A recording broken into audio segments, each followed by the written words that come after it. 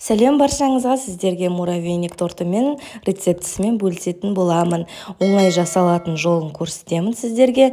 Менімен бірге соңына дейін қараңыздар. Толық рецепт видеоның астын жазылған. Ең алдымен тестісін жасап аламыз.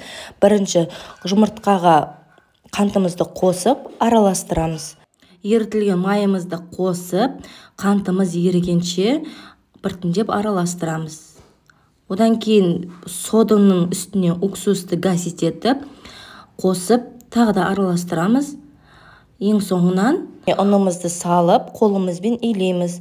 Қолымызға жабыспайтындай болып илену керек. Қамырымыз дайын болғаннан кейін, оны бір-бірлеп домалақтап қылып, ыдысымызға саламыз.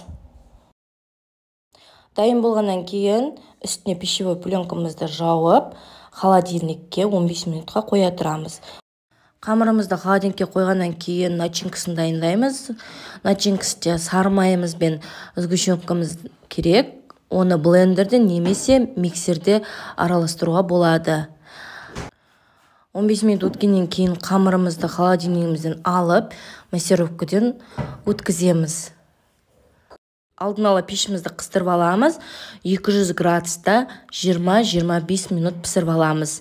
Манағы начинкасының үстіне піскеннен кейін үстіне уатып салып, формамызға келтіреміз. Мен 24-тік форма пайдаландым. Соның үстіне салып, үстін тегістейміз. Тегістеп болғаннан кейін холодильникте 4-5 сағат тұрғаны жақсы. Өте дәмді болып шығады. Сіздер де жасап көріңіздер. Мені қолдап, тіркеліп, пікірлеріңізді қалдырып, лүпілдеріңізді басып кетіңіздер. Ас болсын, сау болыңыздар.